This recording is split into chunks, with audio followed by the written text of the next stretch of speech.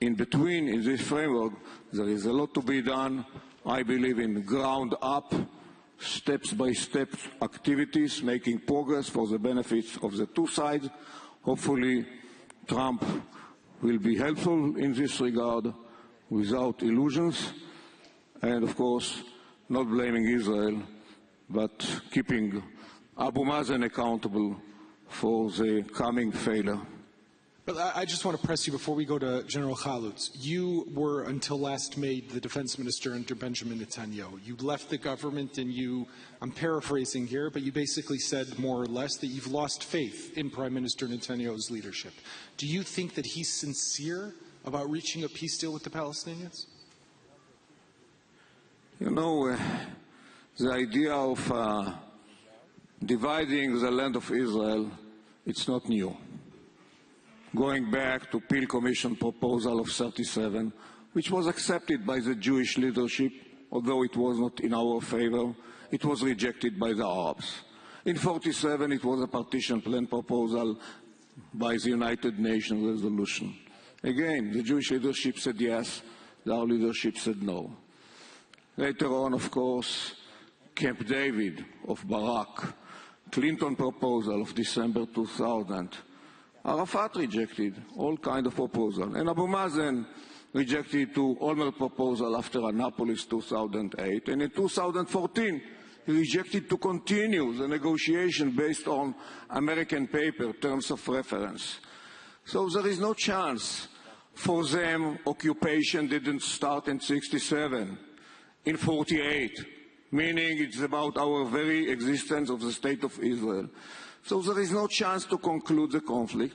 There is a lot to be done in order to allow them what they enjoy already, political independence. Of course, they are dependent on our economy, on our infrastructure, on our security. Abu Mazen is not able to survive without our freedom of operation in all the cities in Judea and Samaria. So we should be realistic with this kind of expectations.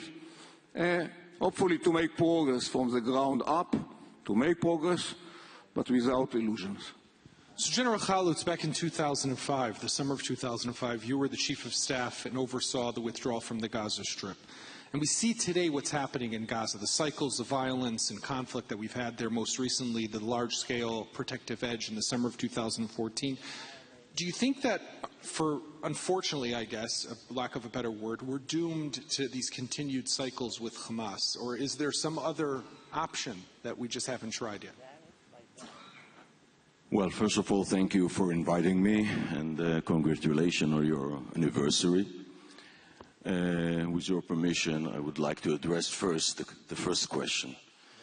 I believe that the word peace is frightening. And we're using peace, and everyone has his terminology, how to define peace. I don't want to use the word peace. I believe that we should look for a kind of arrangement, long-term agreement, because right now I don't see any potential for peace as the optimists are looking at the word peace.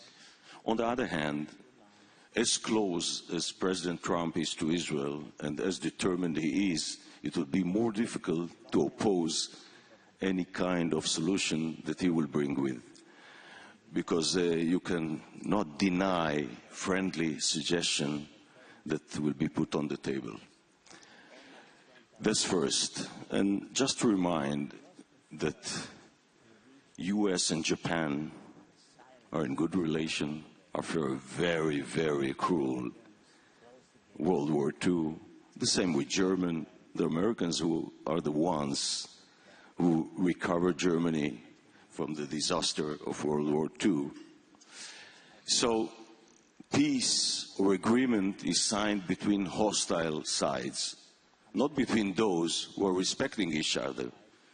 And we don't have to look at the other side as someone who has nothing to do with us. If that's our approach, we'll never reach any kind of agreement. Although peace, as defined by majority of the people, will not be in our region for the foreseen future. peace. Agreement can be achieved. Now, regarding Gaza, you know, the withdrawal from Gaza Strip was a political decision. It's not a military decision. And I'm not addressing the political decision because it was decided by the Prime Minister and supported by majority of the Knesset. The question if it was a good or not, a good step or not, it's an historical question, and it will be judged long term. And long term is not yet arrived. I believe, and we know, that rockets were launched from Gaza before the disengagement. Before the disengagement, we should remember that. General Yalon was the commander-in-chief those days, and we remember what happened then, before the disengagement. What was the reason for the political decision? It's not my job to judge. There were reasons, and I want to believe that those reasons were coming from a very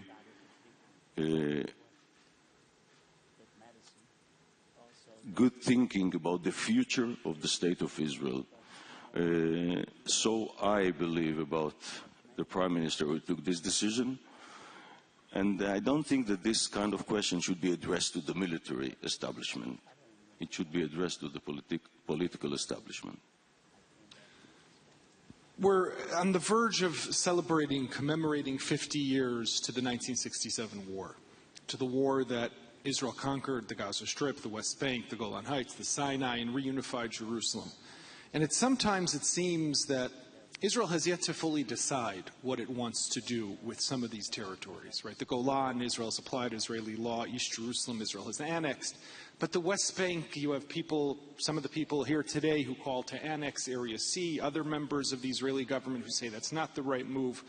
What should we be doing now at this 50th anniversary? And I'll even add to the question, your counterparts in the Shabak, in the Shin Bet Israel Security Agency, I'm sure you're all familiar with the film Shomrei Asaf, the gatekeepers, one after the other came out and said Israel needs to get out of the West Bank. And I'm curious to hear what the two of you, as heads of the IDF, where you believe we need to be, where should we be going now 50 years later? So General Chalus, we'll start with you. I'm saying a very simple thing. The Israeli government should decide. Time is running, and time is playing in favor of this who is using time in order to take decision and act accordingly. We need a vision that will unify all of us, a vision that will explain to the young generation why we are sending them to fight, on what they are going to fight, for what they are going to sacrifice themselves. For this settlement, another settlement, for this Arab village, another Arab village, as long as we are not taking a decision, the time is not playing in our favor. And I think that those who are delaying taking the decisions regarding the vision of Israel, the State of Israel, are making a big mistake, because we are pushing it to the next generation and the next generation and the next generation. And we should take decision in order to leave after us more solid situation. And the situation now is not solid, it's not stable. In my view, the frame of any future solution is already described, is already written. And the major question, what we want to be. If we want to be a democratic Jewish state, we have to get rid from 2 or maybe 4, if we're taking Gaza into consideration, Palestinians, so-called Arabs, that's the right terminology, out of our country, out of country. And I believe that it will happen this way or another. We have to remember, Trump was elected for maximum 2 terms. We are going to survive more than 2 terms, and we have to look the day after. General Yalon. There are too many misconceptions when we discuss the Israeli-Palestinian conflict. First of all, this is not a call for instability in the Middle East. When we talk about security, starting to talk about the Israeli-Palestinian conflict is the wrong way to deal with the security situation in the Middle East. What's going on now in the Middle East, in this chaotic situation, in this crisis, it's not because of Israel. There is no any connection between what's going on in the sectarian violence in Iraq or in Syria, the tribal conflict in Libya or in Yemen, and Israel whatsoever. That's one misconception that we should avoid, because we heard too many times, to include from Washington until recently, this is the call for instability. I strongly deny it. Then we have the Israeli-Palestinian conflict, which is unique. For those who use slogans, separation, we are here, they are there, can any Palestinian entity survive without Israel, economic-wise, infrastructure-wise, security-wise? No way. And the idea that concessions regarding land will bring about peace, we are so experienced from land for terror with more than 1,000 casualties, land for thousands of rockets. So we should be more realistic regarding what can be achieved. And as I said, in one hand, I don't see any chance for final settlement. On the other hand, I don't want to rule them. We have to make our own decisions, meaning making progress on the economy, infrastructure, security, but not ignoring the fact, which for myself was awakening in '95, serving as head of the intelligence under late Mr. Rabin. August '95, at the peak of Oslo, in one of my working meetings with late Mr. Rabin as a Prime Minister and Defense Minister, I said, Mr. Prime Minister, I have to warn you, strategic early warning. I don't see any sign for reconciliation on the Palestinian side. Arafat doesn't educate his people for coexistence with us. In contrary, he educates them for jihad, holy war, and istishhad, to become shaheeds, martyrs. And unfortunately, this is the case still now. For how long? You know, we have this conflict for a century and a half. I do believe in what we call the iron wall concept, until all our neighbors will realize that Israel is in the Middle East, in the land of Israel, forever. I feel like we are going the right way. There is no conventional type threat to the state of Israel anymore. Those who try to acquire military nuclear capabilities, so far they don't have it. It's going to be a challenge with Iran within a decade. We have to deal with it. But at the end, President Sadat of Egypt realized that in order to get territory like Sinai, he had to sign peace accord with us.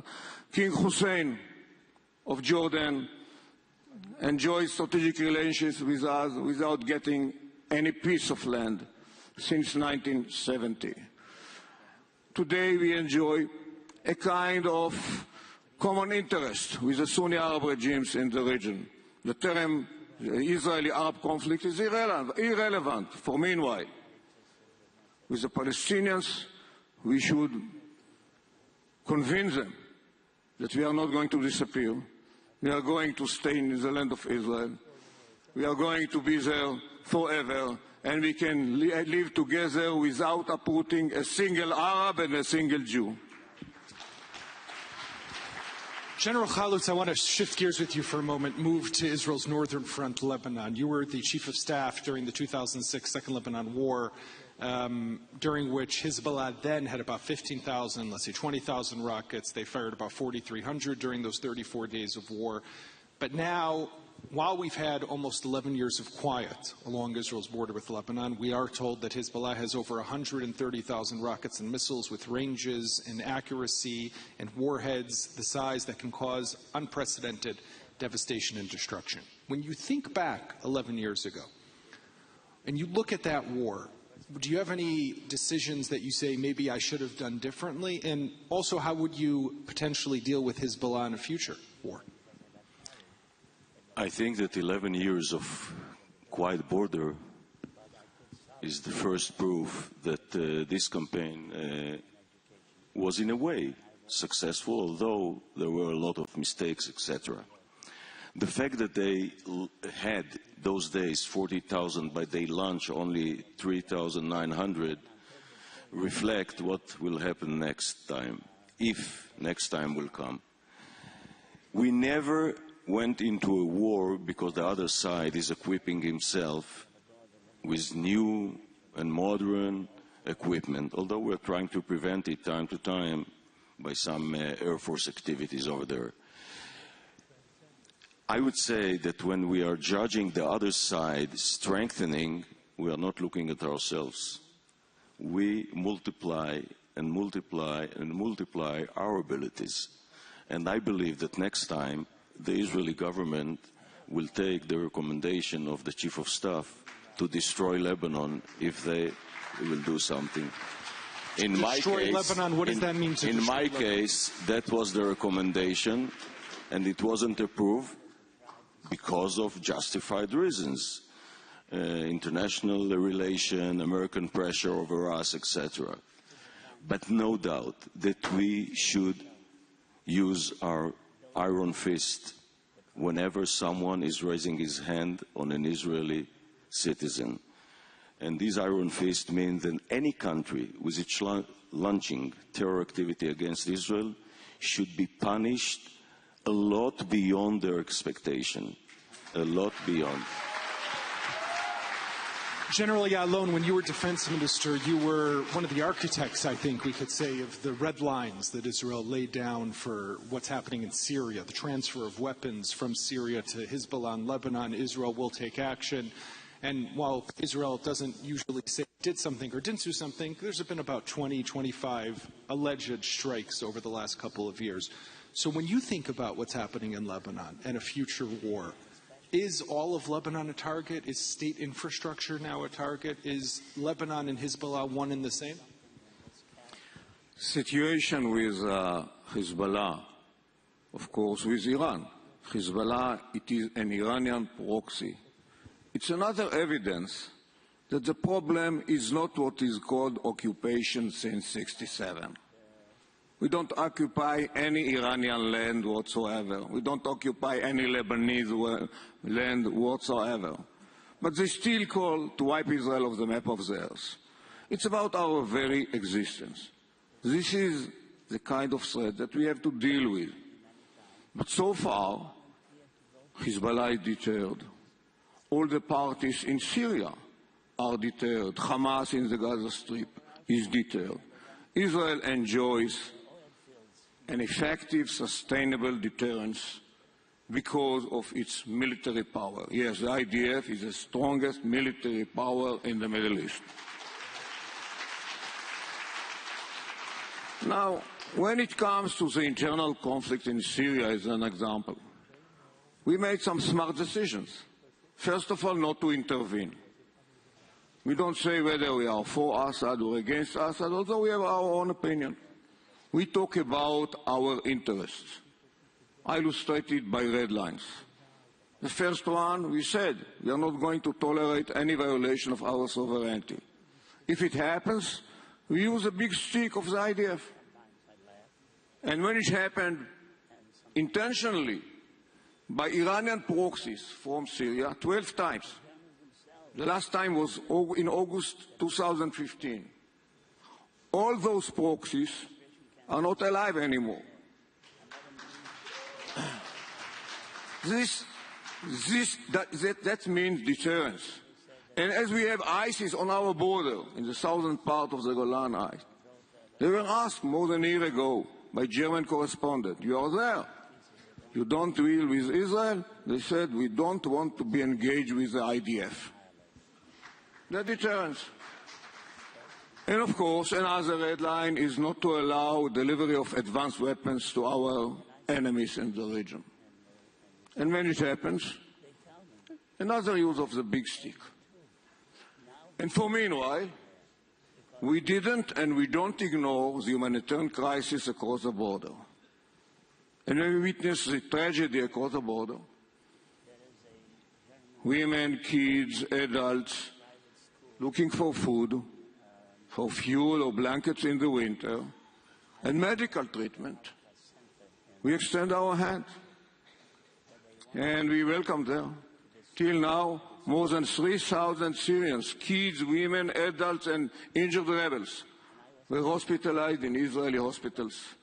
After recovery, we bring them back home.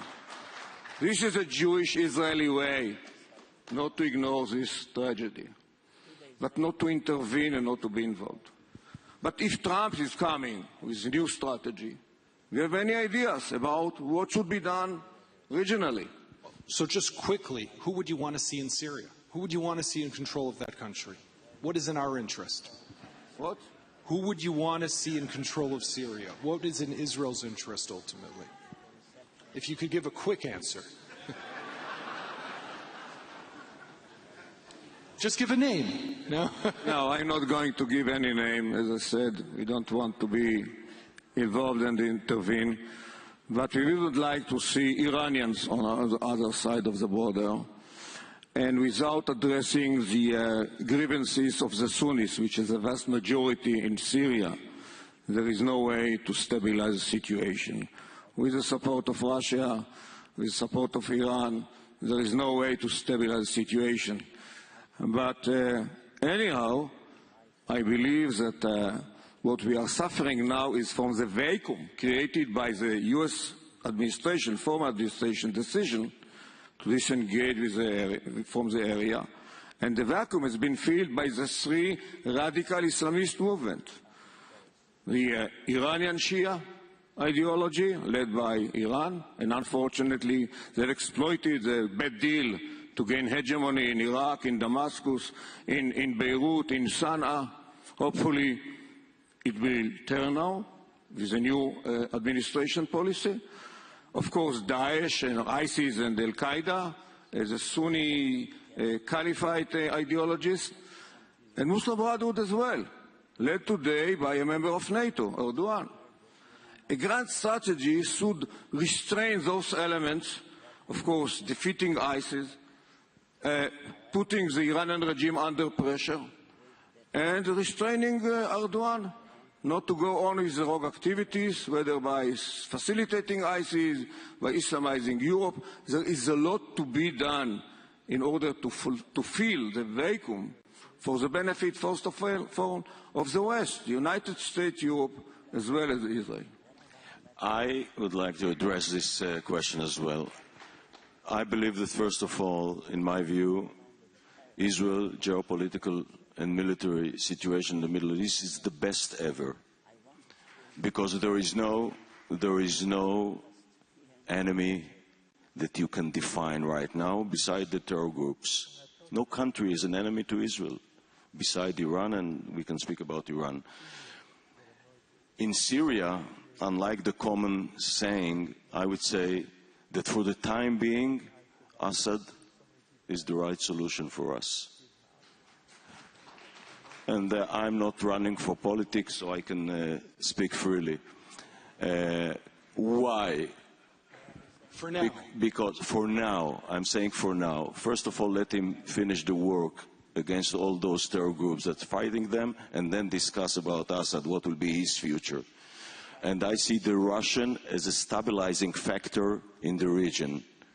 I see that the presence of Russia in Syria, I know that the tension that it can create vis-à-vis Israel, but for the time being, it's a stabilizing factor. And we'll see. The future will say its words very soon. So in the last just 2-3 minutes that we have left, I want to switch to Iran, which is a topic that, of course, is of extreme importance. But with the deal that has kind of kicked the can down the road for the next 7-8 years, and assuming Iran abides by it, but there could come a time in another 7, 8, 9 years when Israel will once again have to contemplate and consider military action against Iran. You're a former head of the Air Force. Now we have the F-35, the Joint Strike Fighter, the stealth fighter jet. 5 of them are now in Israel. When that time comes, are you confident that Israel has the capability to take out Iran's nuclear facilities if needed? The question is not technical capabilities. The question is a lot beyond technical capabilities. It's a political strategy, what we want to achieve. That's first. Second, I heard some ministers that spoke this morning not about their ministries, but about Iran and all the other issues. I don't see Iran right now as an existential threat to Israel. Now, when Iran will have nuclear capability, then we'll discuss. North Korea is not an issue for Israel. So we shouldn't jump on the hill and say, hey, look, we are here, why we are forgetting us, North Korea? Let them forget us. I believe that when time will come, Iran should be addressed by international community and not by Israel only. I believe that the current administration is supporting the Israeli standpoint that we shouldn't allow Iran to get to the point that it will have an existential threat over Israel.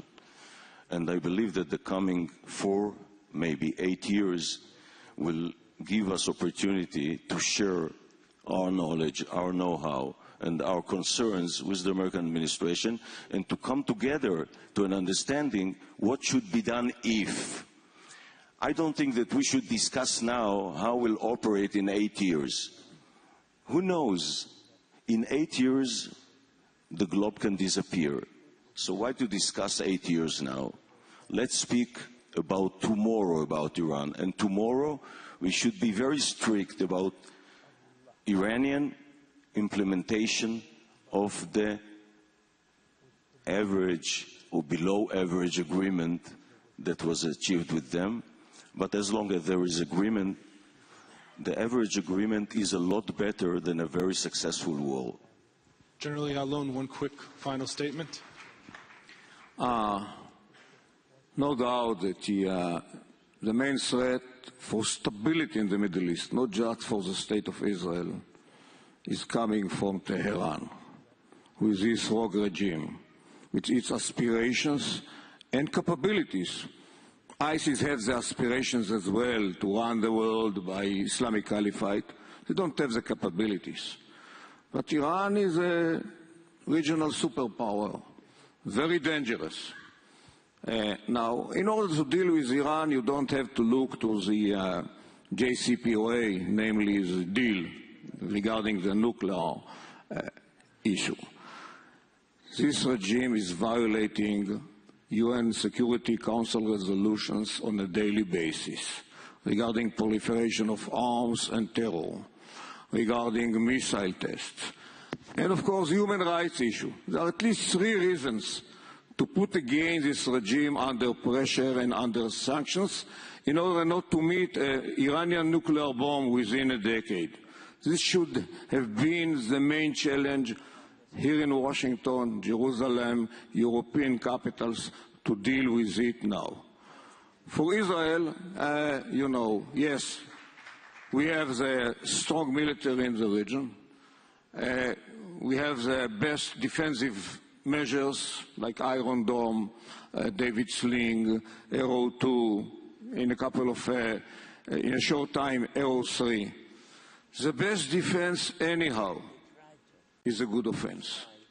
Whether it is in fighting terror, when we moved from the defense to the offense in Defensive Shield Operation 2002, that was a turning point in confronting the Palestinian terror. That was the case in Lebanon with the charge of the Hezbollah with heavy price by our especially airstrikes. It was the case in summer 2014, and you can see that Hamas since then hasn't shot a single bullet to our territory since then. Anyhow, the IDF is ready for any conflict, generating from the north, from the south, from Iran. Israel should be able to defend itself by itself, and we are ready to make it. Thank you very much, Generals Yalon and Chalutz, and to just say to two men who have dedicated their lives to protecting and defending the State of Israel, Toda Rabah, thank you very much.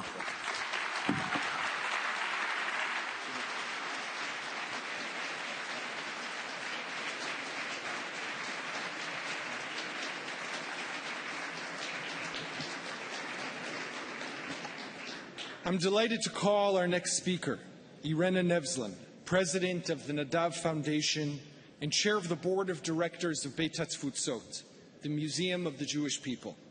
Irena's profound care and love for the Jewish people, as well as her entrepreneurial spirit, is reflected in the innovative, optimistic, and pluralistic new museum you will find at Beit HaTfutzot. I personally